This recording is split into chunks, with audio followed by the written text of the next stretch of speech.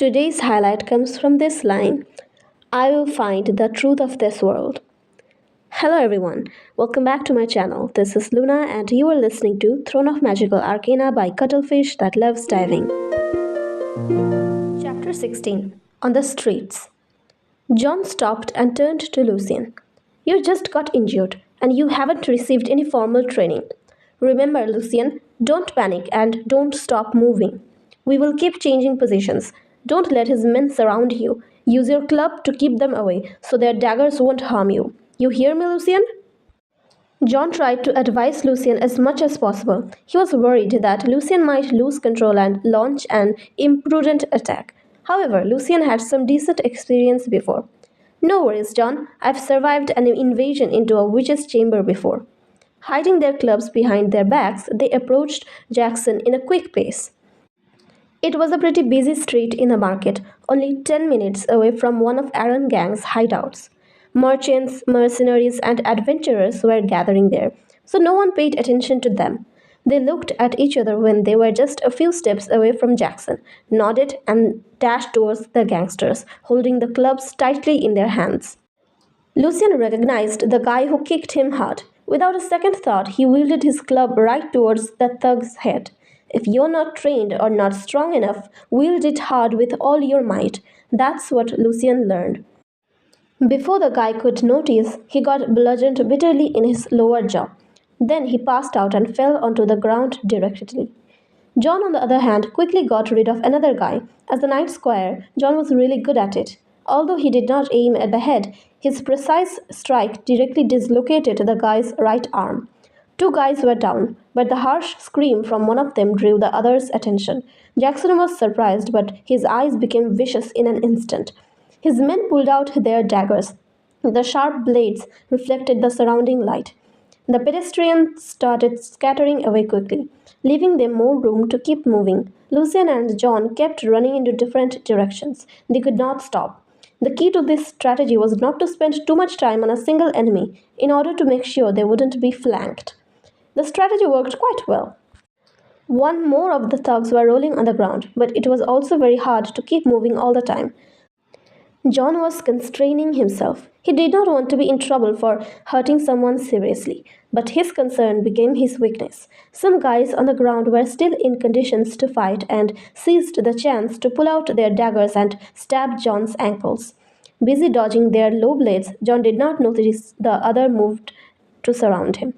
Thanks to John's refined fighting skills, he barely avoided several strikes, but the circle of daggers was getting tighter and tighter. Lucian turned back to help John, his club whistling directly towards the back of a thug's head. Johnny, watch out! Warned by the other gang members, the man named Johnny dodged by bending forward quickly and avoided Lucian's attack. However, that was enough for John, who seized the chance and broke the formation through the gap left by Johnny. However, the latter jumped up immediately and made the movement to throw his dagger at John's back. Bang! Before the dagger flew away from his hand, Lucian pounded bitterly into Johnny's backbone. This time, Lucian did not run away. Instead, he waited for a second chance to strike Johnny. Suddenly, a cold feeling came from Lucian's own back and immediately turned into agonizing pain. A dagger cut him badly, but Lucian did not panic. He knew John would not hold his hand anymore. And a determined and angry night squire would be unstoppable when facing a bunch of gang bastards. Unlike Lucian, John never missed. Wielding his club with anger, he came to support Lucian. Watching the battle unfold, Jackson took a step back and started escaping. You guys stop them! He shouted while running. The rest of his men started stabbing crazily. The shining blades came from different directions. Lucian got another cut on his right hand, and the blood came out immediately. His club almost flew out of his hand. Are you all right? John stood in front of Lucian, sheltering him from the enemies. I'm okay. Lucian shook his head. We gotta stop Jackson from bringing reinforcements. John nodded. Remember, use your club to follow the daggers away from you. Follow me. He struck down once more and started chasing Jackson. The rest of the guys slowed down and did not pursue any further because they saw Jackson was already quite a distance away from them. However, after becoming the overseer, Jackson gained some weight from the lack of proper exercise. Thus, he ran slower and slower. Keep moving, almost there. Jackson encouraged himself. Unfortunately, John, a knight squire in perfect shape, had another plan in mind. He was slowly gaining ground, and when the distance was proper, he swung his club with all his strength right into Jackson's back. Jackson felt like all his guts almost gushed out through his throat. With a loud groan, he fell on the ground and twitching in great pain. Then a night boot stamped hard on his back. Lucian arrived a while later, panting heavily. He was more than tired after all the running and fighting, especially because of the bleeding wounds that covered his body. It was his anger that kept him up all the way here. Before Jackson could make any threat, John turned him over with his boot and pointed downwards, smiling and gasping. You first, Lucian. Thanks, buddy. After taking several deep breaths, Lucian raised his club high and took a mighty swing at Jackson's face. How dare! Ah! Several teeth burst forth from Jackson's mouth, preventing the rest of his words from coming out. He was choking in his own blood. His ears were buzzing. His eyes were seeing stars. It was a fucking hard one. Those damned little bastards. What? What do you want? Jackson lisped with the mixture of blood and saliva in his mouth. With great dizziness, he noticed his voice was like coming from another world. We want nothing more than justice. Kicking away Jackson's dagger, John answered seriously. You beat Lucian and my mom, which we have paid you back. And you also robbed him and destroyed his place. You gotta compensate. John, if I remember correctly, you were a night squire, aren't you? Fighting on the street breaks your rules. Don't let Lord Ven down, young lad. Jackson spat out blood from his mouth. You have come to this extent. You don't care about your little brother and parents? He continued his threatening. I guess you still want more, don't you? Lucian was weighing his club. Facing violence, Jackson shut his mouth. His anger and shame mixed like a pot of boiling water, burning his guts to ashes. Chapter 17 Sweet Revenge. Facing Jackson's threat, John smiled. According to the code, a knight shall protect his family and the weak. I don't see my fault here. Actually, most people wouldn't stand for gangsters, don't you think so? You guys need proof, Jackson yelled. A gang was often very good at keeping a witness silent. John looked a bit hesitant. What Eliza told him bothered him again. Proof? Lucian smiled contemptuously. John's a night squire, while you're a gangster. What else do you need? From what he learned in the Copper Coronet, Lucian was aware that in the Duchy of Orverit, knights were the real nobles, and their recognized squires also held status. Lucian believed Jackson definitely wouldn't dare slander a night squire, and he had no reason to offend John and Lucian. A gangster was a businessman. Jackson wouldn't gain anything big from doing this. Jackson, as Lucian expected, did not retort. Yes, they can put a night squire into prison, but how much effort and resources they would have to use? Aaron, of course, would not do this for him. Especially recently, something was going wrong in Alta. The city was like a whirlpool where different powers were mingling. Aaron was often absent from the meetings, planning something. Knowing he was no longer in an advantageous position, Jackson tried his best to repress his anger and shame. How much do you want then? He lowered his head and tried to make an agreement. I only got 2 nars with me. Lucian turned to John. The sheriffs are coming. We'd better leave before they arrive. John nodded. Well, 2 nars then. Lucian was actually quite happy with the result. Knowing his table and chairs were basically worth nothing, 2 nars were more than enough to compensate his loss. By the way, he had already moved the rest of his money and hid it under the ruins of the witch's place. All the gangsters took away were just 40 fells and some useless rubbish. Pulling out a small bag, Jackson threw it to John. The bag was pretty empty, except for 2 shining silver nars. Let's go, John. Lucian raised his chin towards the coming sheriffs and grabbed his club. He did not want to put John in trouble. Soon they disappeared at the end of the street. All right, stop. We are safe now. Leaning against the wall, Lucian was panting heavily and felt as if his lungs were about to explode. He let his body fall on the ground, smiling. Finally, I don't have to run anymore. John sat down beside Lucian, gasping for air. Me neither. It was pretty cool, wasn't it? What? Lucian's mind started slowing down and feeling relaxed. The fight. I can't remember the last time I had a good fight like this. They were just sitting on the ground, gasping and looking at the blue sky. Yeah, it was cool, Lucien smiled. It felt like a heavy rock had been lifted from his mind. All the pain, anger, and confusion Lucien hid at the bottom of his heart was gone like floating clouds. His mind was thinking clear, and he was more relaxed than ever before. Also, Lucien knew that he still had a real friend in this world who would shield him and fight for him, regardless of the cost. Lucien started laughing aloud. What? John wondered. I'm thinking about the future. I'm thinking after I learn how to read, after I make some money, I'll go traveling across the continent to see different scenarios, to know more foreign tales, to test many cuisines. Lucien stopped and stared at the blue sky, but he continued thinking to himself. I will definitely learn magic. I will understand how this world works. I will discover the truth of this world, and then I will find the way back home. For my parents, for the friends in my world, and also for myself. Lucien had collected 3 nars. He knew that he had to start his learning as soon as possible. Who knew if the gangsters would take secret revenge on him secretly? The outside pressure from the bullies and his inner motivation mixed together and made learning magic the only way for Lucien to achieve his desires. Traveling? John laughed. It's not safe, Lucien. Although most of the dark creatures in the east of our country have been eliminated by the church, they are still breeding like rats. Cynocephalises, vicious goblins, gnolls. Sorry, Lucien, I don't think your dream will come true. At least you cannot go alone. I wonder, are they edible? The things you mentioned? Lucien asked subconsciously. For him, the most effective way for eliminating some overpopulated animals was turning them into food. Ew, what the hell are you talking about? John was baffled. All right, all right. Lucien answered with a bit of disappointment. If I can turn into a real knight in the future, what will I do? John asked himself with a lot of expectation.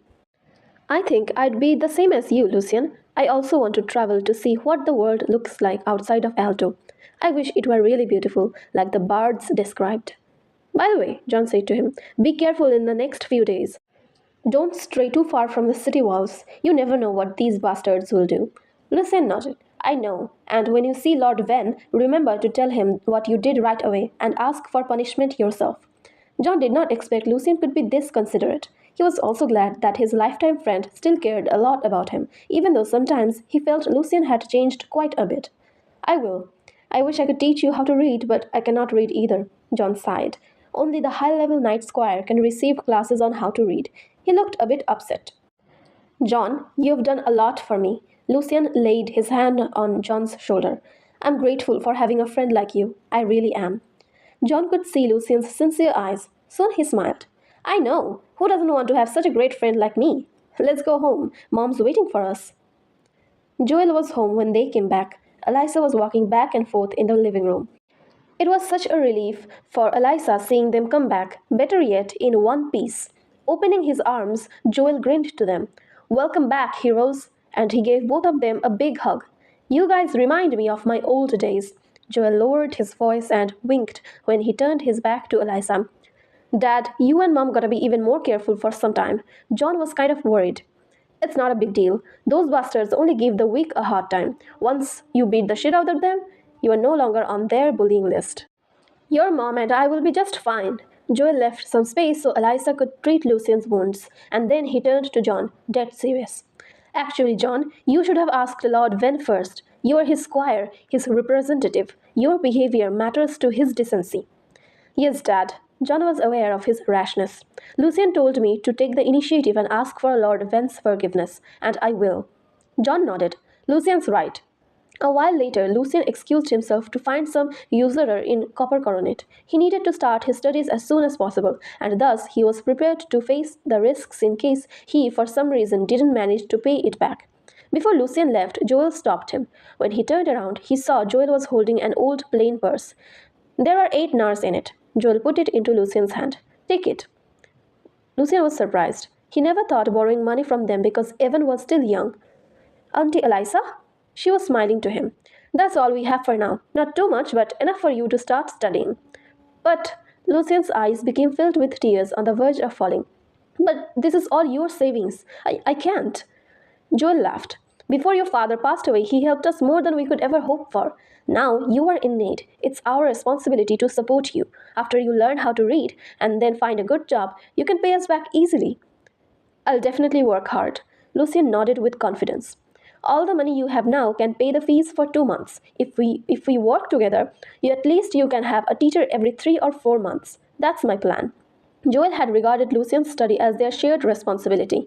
Lucian grabbed the little purse tight. Tears were falling from his eyes. Thank you, Uncle Joel, Auntie Eliza, and you too, John. At the same time, Lucian made up his mind to pay them back with a better life. After learning some magic, Lucian knew he had to leave Alto as soon as possible. He could not put this family under any kind of risk.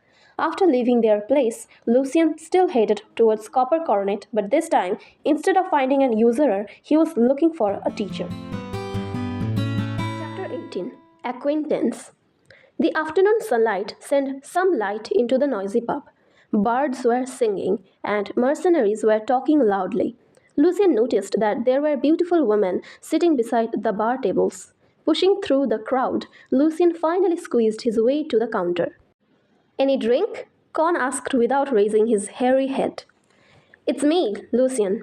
Con was surprised when he saw Lucian's face. What did you do to yourself? His beard was slanted with concern. Wait, Jackson came and asked about you earlier. Are you in trouble, my boy? Lucian was not quite willing to repeat what had happened one more time. I'm fine, Con. The problem was solved. I'm here to look for a teacher who can teach me how to read. Oh ho, you made it! You didn't rob the gangsters, did you? Now Con was even more surprised. Lucian had no choice but to explain what happened briefly to Con. After hearing that, Con was very impressed. Lucian, you and John are finally real men now. I'm proud of you lads. Gulping his ale, his face turned red. But be careful, both you and John. Although chances are slim that they dare take revenge on a night squire, but still be wary of the bastards. You never know. Lucian nodded seriously. Con pulled out a paper on which there was a list of strange patterns and symbols. I cannot read. He laughed and continued. But as a pub owner, you gotta put down something to help you remember. On the list, there were a bunch of scholars who registered here and were willing to teach. While Con was speaking the names out loud, Lucian noticed a familiar name, which was written on a note beside the list. Victor? Did you just say Mr. Victor? Lucian stopped Con. Yeah, you know him? I met him once in the association. Lucian stared at the name. But he's a musician, isn't he? You put a note beside his name as well. Twirling his mustache, Con took another look at the list and nodded. Yeah, it's the same Victor we're talking about. I heard that he's gonna present a play in the hall. Last time I saw him, he was quite busy. Con laughed. That's why he had to. Having a chance to play in the Psalm Hall is even harder than you think. I heard this from other guests as well. Con climbed on a bar chair. 6 months ago, Mr. Victor got the invitation from the hall. Since then, he turned down all his other presentations, even the one in Syracuse, to focus on his preparation. He was digging into his savings for the past couple of months. Con shrugged his shoulders. But why doesn't he find another job related to music? Lucian asked. I have no idea, boy. Con took another sip of his ale. Those musicians tend to be quite sensitive, or say even crazy sometimes. I guess probably Mr. Victor also needed something to be his distraction. Who knows, those artists. Mr. Victor made an impression on Lucian last time, when they met in the association. Compared with others that he did not even know, Lucian felt the musician would be a good choice. So, how can I find Mr. Victor then? He asked. The Gesu district was named after the most well-known instrument, the Gesu violin, and was where most musicians in Alto were gathered.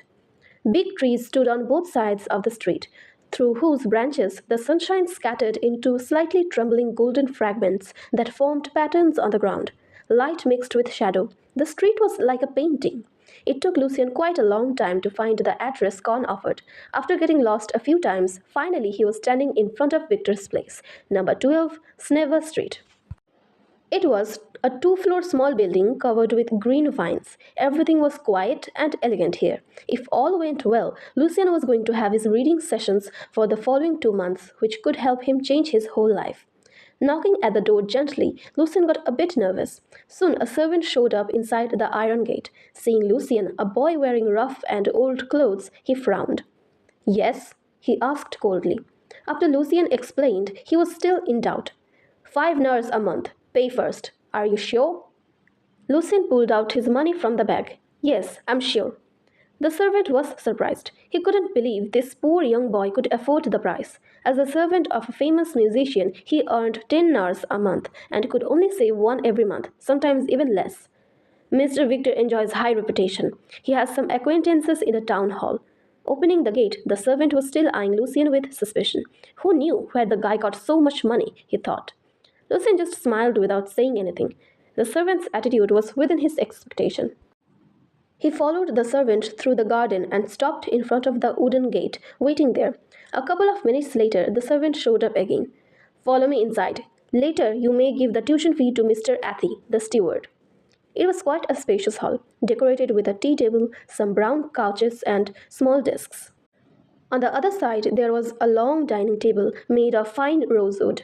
Victor got a few students here as well. His study was too small for all of them, so they just sat in the hall. There were 5 boys and 3 girls sitting there, all pretty young, probably between 13 and 20. Quills and papers were lying in front of them on the small round tables. Some of them were transcribing something, while some were humming or reading in a low voice. According to Lucien's observation, the students also came from different backgrounds. Some were of humble birth, and the others were dressing quite decently. The latter ones were usually from noble families. Most of them were not qualified to inherit their family's title and could not activate the blessing either. For those children, becoming a graceful musician was quite a good choice. Mr. Victor, wearing his red jacket, was moving around and helping the students one by one. Looking around, Lucien noticed the steward in his decent black suit. From his black and white mixed hair and his wrinkled face, one could tell he was not young anymore. But he was standing there straight and serious. The steward looked like a gentleman, Lucien thought. He walked towards him and asked, trying to keep his volume down. Excuse me, are you Mr. Athy? Yes, I am. May I know your name and your past study? Yeah, sure. I'm Lucien Evans. I never learned how to read before. While he was talking, Lucien took out 5 nars. Taking the money, Athy was impressed. Apparently, the young lad was from the poor district. Most young people in Aderon were quite rude, based on his experience, while Lucien appeared pretty polite and mature. Then Athy walked to Victor and whispered to him a bit. Victor turned around and nodded to Lucien kindly, pointing at a spare armchair. The students just noticed Lucien and were looking at their new classmate at the door curiously. Black hair, eyes, and well-formed features. The new guy had a good-looking face, but he was wearing linen clothes and plain shoes. Although they were clean, they could tell from the first sight that Lucien came from a poor background. Huh, a poor wants to learn how to read. That was their first thought. Some of them lowered their heads and went back to study again. Only the ones from ordinary families were still peeking at him carefully. As soon as Lucien sat down, the boy next to him moved a bit away subconsciously as if Lucien stank. Lucien did not feel offended. He shook his head slightly and pulled out his new paper and quill. They were new. Lucien bought them with his left fills. Victor came to Lucien a while later, with a black hard-covered book in his hand. Standard pronunciation of lingua franca and basic grammar. Very suitable for a beginner. Turn to page 1, chapter 1. We start from the pronunciation of the 32 letters. Victor said gently. Chapter 19. Cramming. Lucien's hands were trembling slightly. Carefully, he opened the book like turning to a new page of his future. Within his expectation, the words in the book were the same as the ones in the magic tomes he collected at the witch's chamber. He knew how to learn a language as well. As long as he learned the pronunciation of the letters and the basic rules of spelling, he could learn more by himself outside of the class by reading intensively. Victor repeated the pronunciation patiently 2 to 3 times on each word. Lucien followed him carefully and wrote down some notes on the paper. Read them until you become more fluent, Victor said. When it's good enough, we'll move to a basic spelling and grammar. What he said was actually more like an encouragement. As a beginner, it would be almost impossible for Lucien to match the sounds and the letters in such a short amount of time. The notes Lucien jotted down were Chinese characters. He tried to relate these letters with his mother tongue, just like he had done when he started learning English. Again, Lucien read through it and he stayed focused, so the knowledge would enter his spirit library. As expected, a new shelf labeled Common Tongue appeared, on which there was a black hardcover book full of strange characters, the same one that was lying in front of him in reality. Lucien opened the book in the library but found out only the first few pages were there, and the rest of the book was simply blank. He went through the book on the table quickly, and as he imagined, the spiritual version became complete instantly. Yes! Lucien cheered in his mind. With the help of the library, Lucien became more confident. It was very hard for the beginning. Several times later, he became better and better. After what seemed like the 15th time, he finally satisfied with his ability to remember them. Of course, Lucien knew this would not last long. If he did not review that on a regular basis, they would be forgotten very soon. At the same time, Lucien also found out that his spiritual power, which helped him with the spellcasting before, could help improve his memory as well. At the same time, Victor came back to teach Lucien again. After a while helping students, his face looked tired but also more relaxed. Probably Con was right. Victor was using teaching as a distraction. Have you memorized all of them? Victor asked, smiling. Let me check it. Like a primary student facing his teacher, Lucien was a bit nervous. He did forget some of them, but mind then shifted into his library and he started reading according to his notes. It wasn't Lucien's intention to cheat, but both his money and time were limited. He had plenty of time reviewing them again in the library later. Victor was surprised. Have you learned before? Some of the students raised their heads and looked at Lucien. No, I haven't, answered Lucien. Impressive, Victor commented. Then we will start learning how to spell. While some students were surprised, some of them scorned. In their eyes, Lucien must have learned it before and was just another scheming guy who wanted to impress Mr. Victor and earn the chance to be his formal music student. Inside the study room, the three most noble among them had started learning music. However, that did not distract Lucien at all. There was only one goal in his mind: learn as much as possible. Time is money. A day's learning cost a lot. Alright, ladies and gentlemen, let's take a break. Victor clapped gently and then walked upstairs. At the same time, the servants came with tea and fruits. The scent of jasmine and lemon filled the room. Some of fruits Lucien knew and some he did not. A young guy, decently dressed, smiled at the classmates around him with a piece of tablature in his hand. It seems like Mr. Victor got some inspiration. We may call it a day now, if his inspiration keeps flowing. He looked a bit older than Lucien. His eyes were long and narrow and his nose straight. Among them, this guy was pretty outstanding. A noble girl in a wine-colored dress was sitting right beside him. If class finishes earlier, we're gonna have an extra one during the weekend. Don't get too excited, she responded in a lazy voice. But I do hope Mr. Victor finishes his new song for the concert as soon as possible, so we will finally be able to start practicing with the orchestra. Sitting in the room merely reading tablatures and playing flute by myself can never compete with a real rehearsal. Around 17 or 18, she was pretty good looking. Hair long and bright red, like fire. Thick and sexy lip, and her waist was not tightened like most noble girls. Otherwise, she would not be able to play the flute well. Looking at her serious face, Lot laughed. The first violinist, the man who is as handsome as Silver Moon. You like Rhine, don't you, Felicia? The first violinist, who also called concertmaster, played a significant role in a symphonic orchestra. When the conductor was absent, the first violinist would take the baton. I just feel he has excellent skills, much better than the last one, Felicia argued, but her face flushed. Don't you think his solo for violin sonata number 1 in G major was really impressive? Talking about music, Lot became serious and excited. They started discussing sonatas and suites. Other noble students also joined them, showing their great interest. Even a pretty insightful comment made by a brown-haired girl with ordinary family background won their consent. In alto, music was another common term. However, consciously or subconsciously, the noble students still ignored the others, while the common ones treated Lucien indifferently and tried to get close to the ones of higher status. For noble students, it was likely that the ordinary and the poor did not even deserve their attention. There were no common things between them, as they had come from another world. There were no bitter words, nor scorn, but the cold wall was always there, preventing those of different social statuses from getting along. But for Lucien, none of these mattered. He was trying to make full use of every minute or every second, absorbing the knowledge like a dry sponge thrown into an ocean. Some of their hummings came into Lucien's ears. He found the music here was very similar to that of Earth. There were just some differences on notes. After a while, Lucien raised his head. The students were still discussing. Lucien took a sip from his teacup and dove into his book again.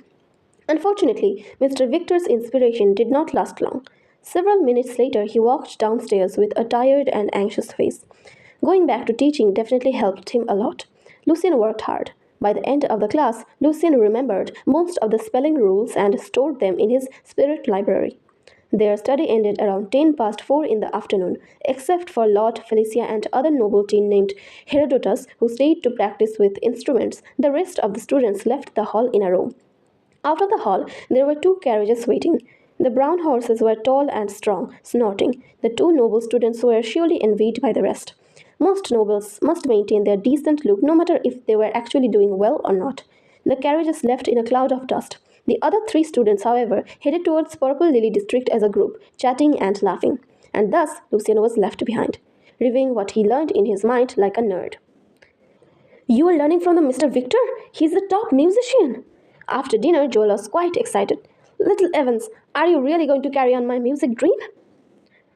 Every dog has its day, Uncle Joel. Probably I can, Lucien replied playfully.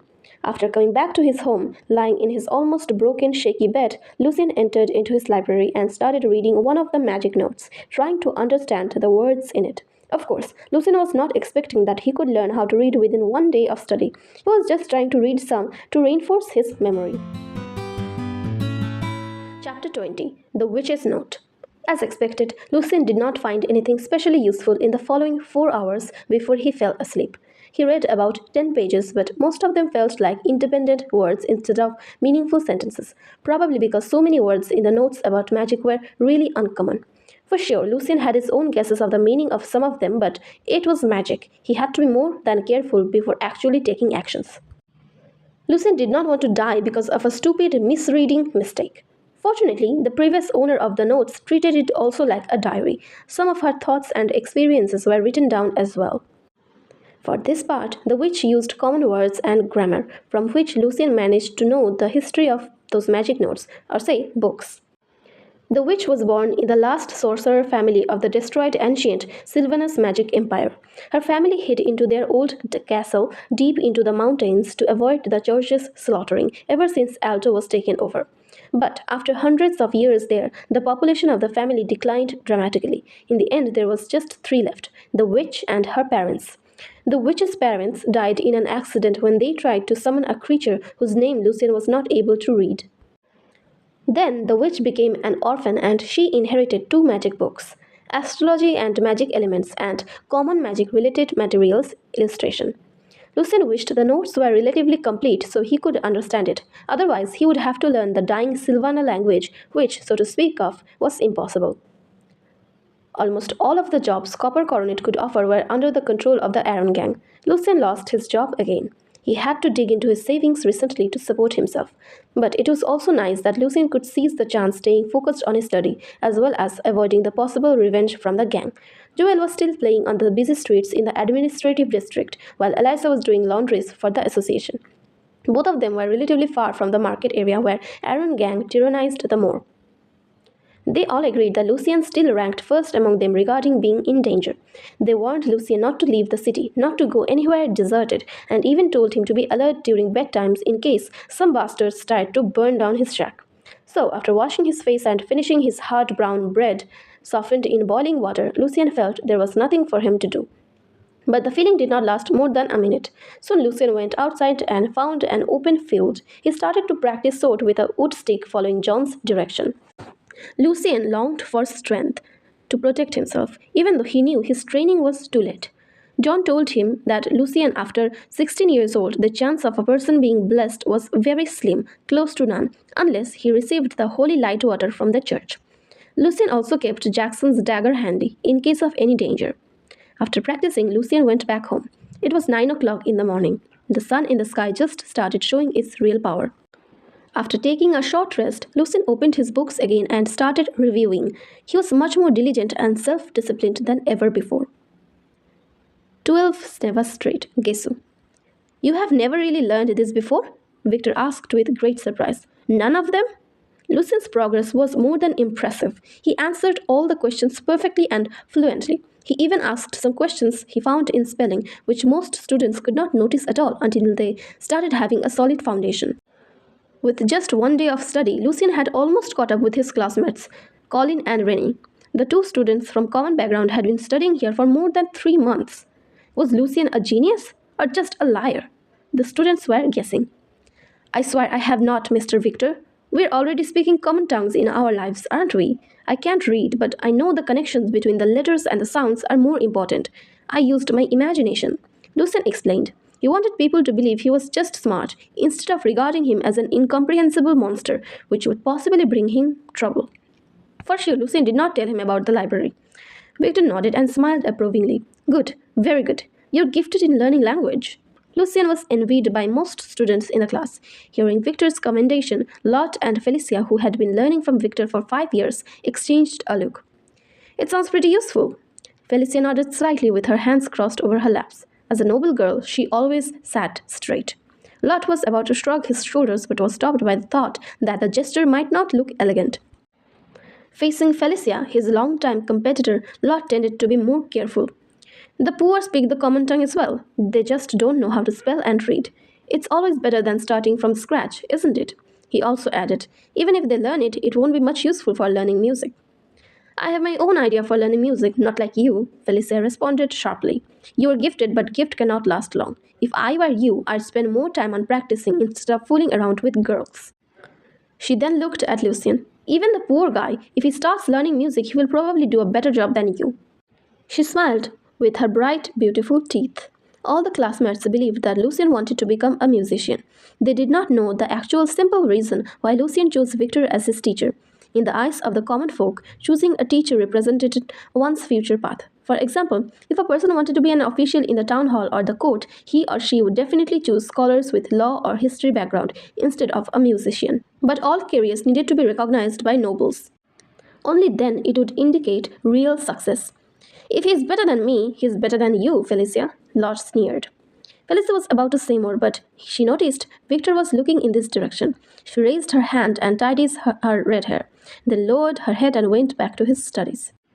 Victor started speeding up Lucien's learning. Soon they finished the rest of the spelling rules and moved to basic grammar, which was exactly what Lucien was expecting. Friday, the last day of Lucien's study this week. After a few days of learning, Lucien had mastered most of the grammar. Were it not for lacking vocabulary, Lucien could even start learning magic now. He had made a big progress with magic notes as well, in which the witch explained why she came to Alto. Along with the increase in my spiritual power, it has become harder for me to immerse myself in meditation. Shall I try the meditating the way only real sorcerer can? It was too dangerous. I almost died. Perhaps I should improve the apprentice meditation based on my experience. I got lost completely. No wonder all the great seniors didn't make any improvement. I'm too shallow, too arrogant. Even the magic structure of the first level is too complicated. I can't find a way to build the magic mark model.